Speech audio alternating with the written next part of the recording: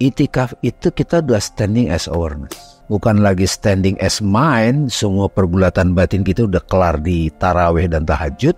Jadi diamnya itu bukan lagi diam doing, sudah menetap. Diam aja, jadi kita bisa ngapa-ngapain di seluruh jagat ini gitu. Meditasi itu bertingkat-tingkat, yang paling dalam namanya tahanuts gitu. Saya akan jawab nggak ada caranya gitu. Sudah tidak bisa bicara cara lagi. Caranya tuh pasrah dan berserah. Jadi ini masalahnya masalah hubungan kasih sayang gitu. Kalau kamu udah di dalam kasih sayang Tuhan, buat Tuhan ngeberesin masalah itu nggak masalah gitu.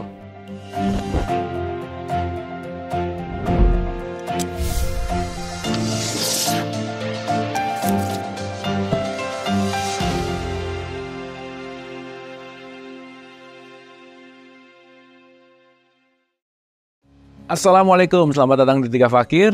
Nggak tahu apa-apa, nggak bisa apa-apa, dan bukan siapa-siapa. Masih bersama saya Abu, Sony, Dabe. Oke, seru banget nih di serial Ramadan yang kita terus menyelam, mengupas paradigma-paradigma, dan terus melihat angle-angle atau kesadaran-kesadaran yang mudah-mudahan membawa Ramadan kita di saat ini adalah Ramadan yang fresh, dan Ramadan yang tidak hanya dilakukan dalam bentuk kebiasaan, dalam bentuk tradisi, tetapi benar-benar dilakukan dengan penuh kesadaran.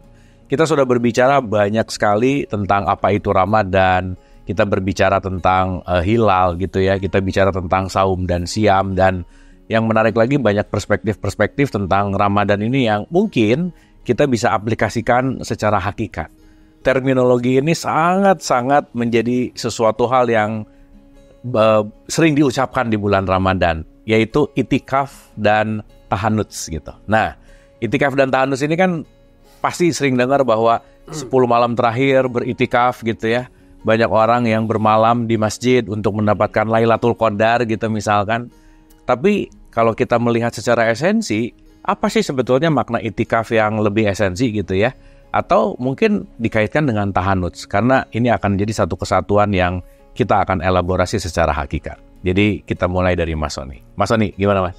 Terima kasih Abu Bang Dame. Jadi salah satu hal di dalam Ramadan atau siam itu adalah saum. Jadi siam sama saum itu beda gitu. Kalau siam itu adalah meninggalkan, saum itu berhenti gitu. Yeah. Berhenti itu artinya berhenti, kalau di dalam hal ini itikaf gitu. Jeda gitu istilahnya. Jadi itikaf itu artinya diam. Diam, makanya kalau kita sedang melakukan proses ma'rifatullah gitu ya, untuk mengenal Tuhan, kita harus wukuf gitu. Wukuf itu diam juga kan. Yeah. Wukuf di Arafah, artinya wukuf itu artinya diam. Di Arafah, Arafah itu artinya mengenal, ma'rifat gitu kepada Tuhan. Kenapa?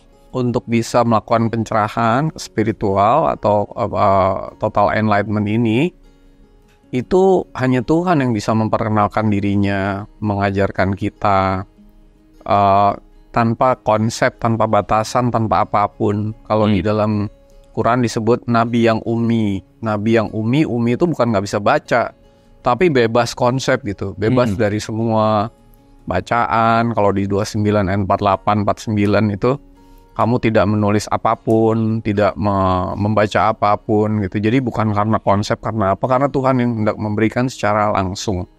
Sehingga kita perlu itikaf gitu, diam. Di dalam diam atau disebut meditasi ya. Meditasi itu artinya mengamati atau menyaksikan. Itu sebagaimana sebelumnya kita bahas, perpindahan dari aku 3 ke aku 2 itu udah meditasi. Lalu dari aku 2 ke aku 1. Nah, di dalam proses itikaf itu ada tingkatan-tingkatannya gitu. Nah, kalau tingkatan yang lebih dasar itu namanya tafakur gitu. Tafakur itu kalau di Quran surat 3 ayat 190.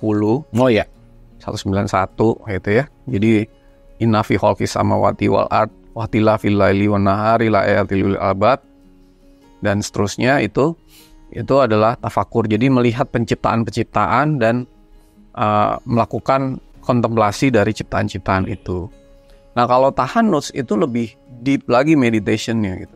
Meditasi yang lebih dalam itu kalau di dalam proses yang saya suka sebut 4D menuju 5D dan 6D, yaitu saya ulang lagi ya. Pertama itu adalah distance, kita menjauhkan diri dari kita yang bukan kita gitu ya. Lalu kedua adalah disassociate, melepaskan asosiasi-asosiasi dari diri kita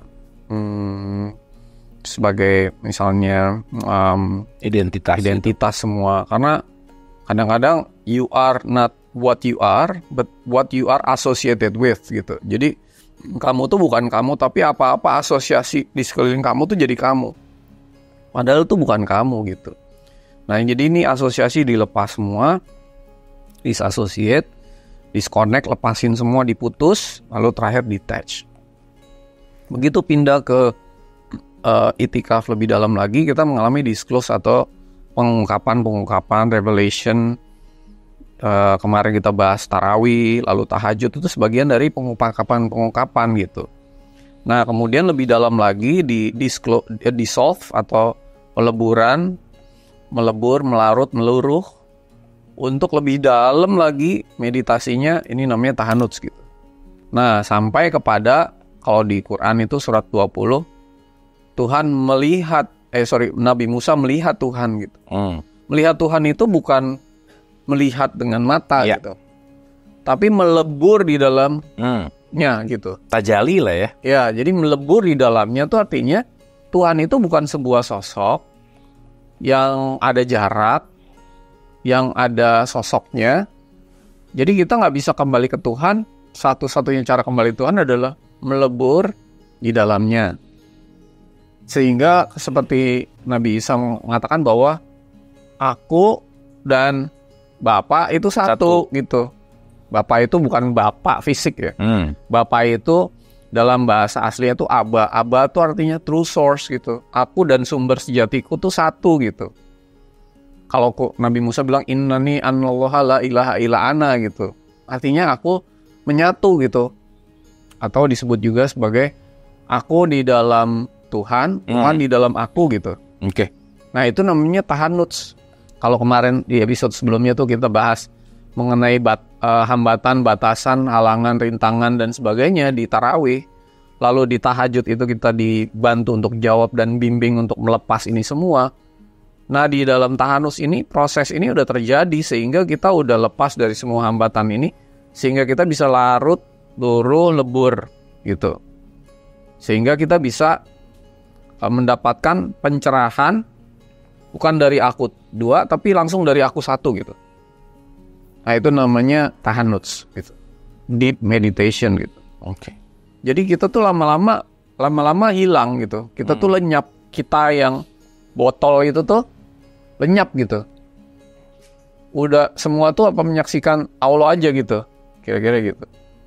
Kemanapun kamu menghadap, di situ ada wajah Allah, surat 2:115 gitu. Nah, itu terjadi ketika proses tahanus itu berlangsung. Nah, itu biasanya nggak bisa langsung di awal-awal Ramadan. Mungkin ya kalau bener itu mungkin setelah seminggu, 2 minggu. Pemanasan dulu lah ya. Nah, itu tuh akan terjadi proses itu gitu. Kayak disebutnya nanti leburan kan. Leburan tuh artinya melebur gitu. Melebur dengan yang sumber sejati kita gitu. Nah, bagus nanti kalau udah di Lebaran atau Idul Fitri itu kita udah larut, lebur, luruh gitu.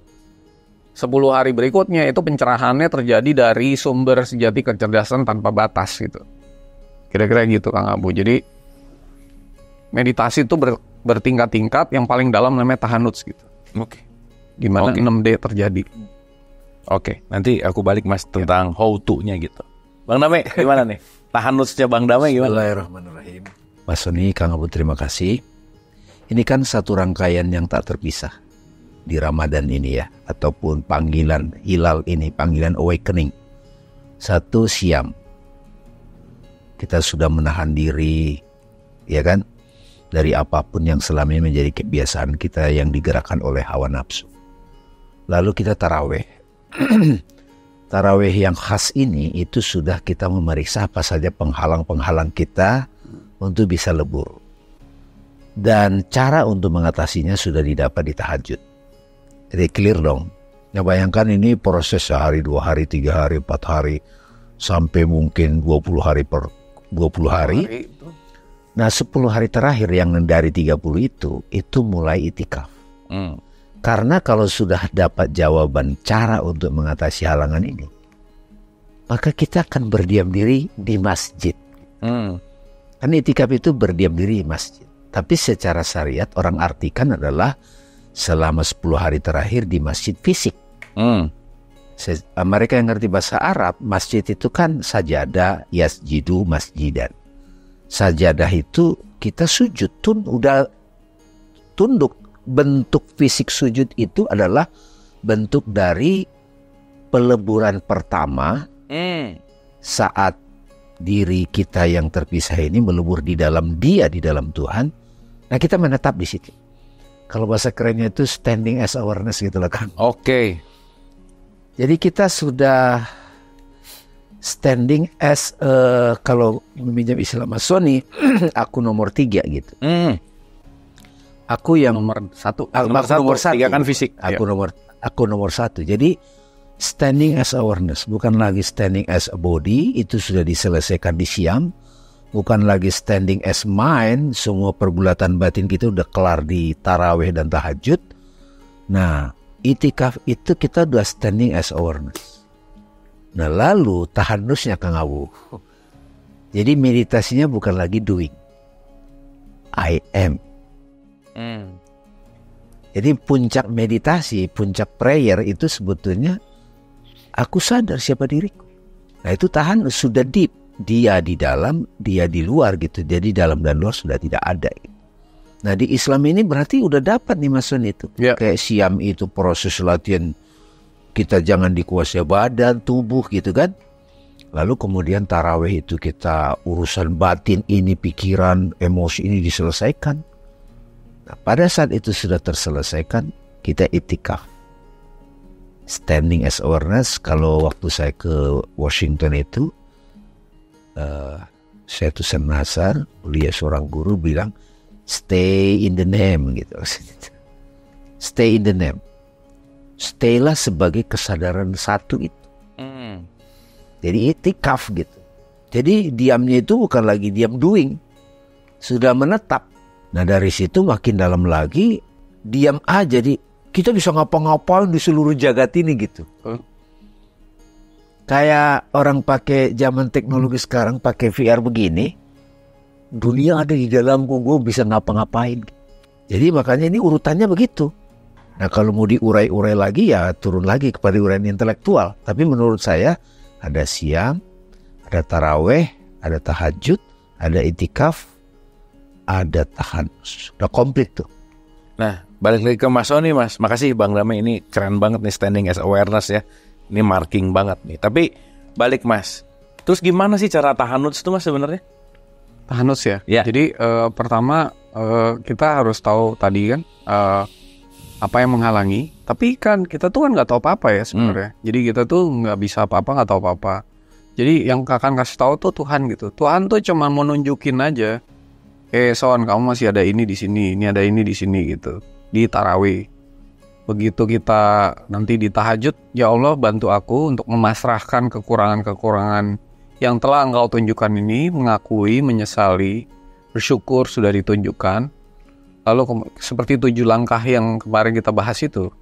Jadi kemudian kita melepaskan dan memasrahkannya kepada Tuhan. Jadi Tuhan itu nggak nunjukin ke kita tuh bukan buat point fingers gitu atau judging gitu, tetapi untuk membantu gitu. Nunjukin ini kamu di sini. Intinya tuh seperti sebuah hal yang digenggam. Ini kamu masih ada di sini loh. Lepasin dong gitu. Lepasin. Lepas. Ini masih ada lagi di sini. Lepasin dong. Lepasin, lepas. Kenapa Tuhan yang Maha Kuasa nggak bisa memaksa bantu kita untuk melepaskan membersihkan ini? Karena Allah nggak memaksa gitu. Kasih sayang Allah itu lebih besar dari kuasanya gitu. Sehingga dia nggak memaksa, dia nungguin kita untuk lepas dan mengakui dan melepas gitu. Nah ketika semua proses itu sudah kita lakukan, kita masuk ke deep meditation gitu. Itu udah diperjalankan. Jadi kalau kita tanya gimana sih caranya, nah, aku kadang-kadang kalau orang spiritual tuh nanya gimana caranya, berarti kamu mau melakukan sendiri gitu. Saya akan jawab nggak ada caranya gitu. Sudah tidak bisa bicara cara lagi. Caranya tuh pasrah dan berserah dan membiarkan diri kita yang being available bersedia itu diperjalankan gitu. Jadi kalau bicara tentang metodenya gimana ya, Mas? Metode itu berarti kamu mau melakukan gitu. Padahal ini kan kita nggak disuruh ngelakuin, kita disuruh itikaf. Boleh nggak saya masuk sini? Ya, Lucu ya, Bang. orang suruh itikaf tapi pengen Ngapain? iya ngapain? Jadi, Gimana, Bang? Ini betul-betul sudah merubah secara radikal paradigma kita dengan yang pada umumnya. Jadi pemaknaan itikaf yang selama ini dipahami itu bukan lagi pembahasan ya kan? Betul. Coba aja diikutin tadi urutan yang sudah kita bahas sebelum. Ada siam udah diurai, ada journaling gitu ya. Terus tarawih. Tarawih itu kan di situ perang batin tuh terjadi kan. Apa saja pokhalang itu kan dapat tuh. Itu doingnya masih ada di situ, doing di batin ya. Ini sana. Terus tahajud itu jawabannya muncul. Bayangkan Kang Abu, kalau semua itu sudah kelar, sudah tahalli gitu, sudah bersih, Beres ya, clear. maka itikaf udah. Salah satu ciri orang yang udah nggak ada pertanyaan lagi. Udah gak ada pertanyaan. Dia stay di situ. Berdiam di dalam tuh. Mau ngapain lagi? Dan itu nikmatnya minta ampun. Itulah hakikat sujud. Itulah hakikat masjid. Seluruh alam semesta ini sebenarnya masjid. Ya. Makanya pengejauhan tahannya dalam keseharian, ya di mana-mana dia masjid, dia sujud. Nah, kemudian tahanus apa lagi? Didipkan lagi gitu. Makanya tadi saya katakan lagi sudah tidak lagi doing meditasi. Nggak bicara cara lagi, nggak ada metode udah. Istilah ini bagus banget. Taraweh, istirahat. Di momen istirahat itu kita fokus untuk memeriksa batin-batin kita. Sebenarnya bukan kita yang meriksa sih. Ya, diberikan petunjuk. Ya. Diberi petunjuk. Tahajud itu diberi petunjuk juga caranya mengatasinya. Kalau sudah teratasi, berdiam. Jadi kata kuncinya diam aja gitu ya. Iya. Nggak usah tanya metodenya atau Gak ada caranya metode gimana lagi. gitu. Sama kayak gini. Gimana ya metodenya napas? Ya napas aja kan. Gimana metodenya diam? Ya Gimana kayak metodenya? Nemo nanya gimana cara ketemu air kan? Ketemu laut gitu ya. air Laut dia. padahal dia udah di situ. Dia udah di sini. Jadi diam. Nah, itu yang disebut sebagai ada di dalam kelas gitu, being available. Supaya sang guru maha guru sejati ini bisa membantu kita dalam segala hal gitu. Sudah tauhid di situ Kang. Oke. Nah 10 terakhirnya tadi, yang tambahan tadi dari 30, udah lebur kan, udah lebaran nih. 10 berikutnya baru uraian. Gimana nih?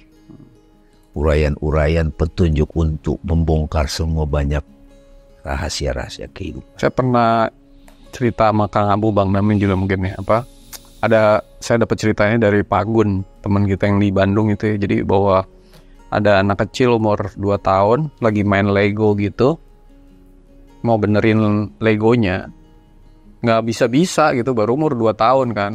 Terus dia frustasi, gue dibanting-banting gitu, nggak bisa gitu.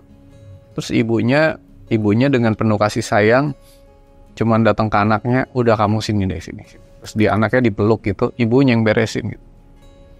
Nggak seberapa cepet, tahu-tahu anaknya lihat udah beres gitu Legonya. Ya kira-kira gitu loh. Jadi jangan berusaha untuk ngeberesin masalah kita sendiri gitu. Kita hanya disuruh untuk kembali ke pangkuan kasih sayang Allah untuk diam. Jadi ini masalahnya masalah hubungan kasih sayang gitu. Bukan masalah yang beres gitu loh. Kalau kamu udah di dalam kasih sayang Tuhan, masalahmu diberesin kok gitu. Karena bagi Tuhan, masalah apapun yang besar bagi kamu, termasuk masalah hidup, ekonomi, atau masalah yang lebih besar lagi menghalangi hubungan kita dengan Tuhan, buat Tuhan ngeberesin masalah itu nggak masalah gitu. Yang masalah kan si ini nih, yang dipeluk, ini mau dipeluk apa enggak gitu loh. Oke. Yang ini Tuhan nggak bisa beresin gitu. Kalau ini mah nggak mau, ya gitu aja selesai gitu. Yang ini yang nggak pernah di kelas ini nih, yang nggak pernah mau dipeluk gitu, kira-kira gitu. Nah ini Tuhan nggak pernah bisa. Masalahnya tuh di sini, masalahnya tuh yang di depan cermin, bukan di situ gitu kira-kira. Jadi masalah-masalah yang didapat di dalam tarawih itu, buat Tuhan itu nggak masalah beresinnya. cuma butuh pengakuan aja kok gitu. Yang nanti diberesin di tahajud. Gak ada masalah beresin. Masalahnya ada di ini. Nah ini tambahan nih. Oke. Mas Sony, ini kayak mundur ke belakang sedikit. Jadi apa sih yang ditunjukkan di tarawih itu? Di tarawih itu kita banyak mengaku. Ya. Mengaku banyak banget. Nah itu kita perlu mengaku saja. Saya tadi ngipu orang, saya masih membenci, saya masih khawatiran, dia ngaku-ngaku. Nah pada saat yang sama dalam pengakuan itu, Tuhan lebih cepat datang bimbingannya. Itu tarawih itu di situ tuh. Jadi malam-malam itu kita secara fisik bentuknya sama Kang Abu.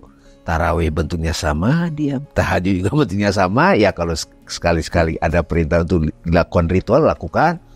Itikaf juga bentuknya sama. Tahanus juga bentuknya sama. Tapi di dalamnya itu ada perbedaannya kan. Levelnya gitu. Oke. Secara fisik diam semua nih gitu. Iya. Ya mungkin Nabi Muhammad juga waktu ke Gua Hiro kan sempit gitu ya. Maksudnya Sempit. justru dia berdiam sediam-diamnya kali ya Mas Ani. Iya. Iya kan? Diam dan tidak mengapa-ngapa itu dua hal yang beda. Kadang-kadang kita diam tapi kita masih ngapa-ngapain pikiran kita gitu. Oke.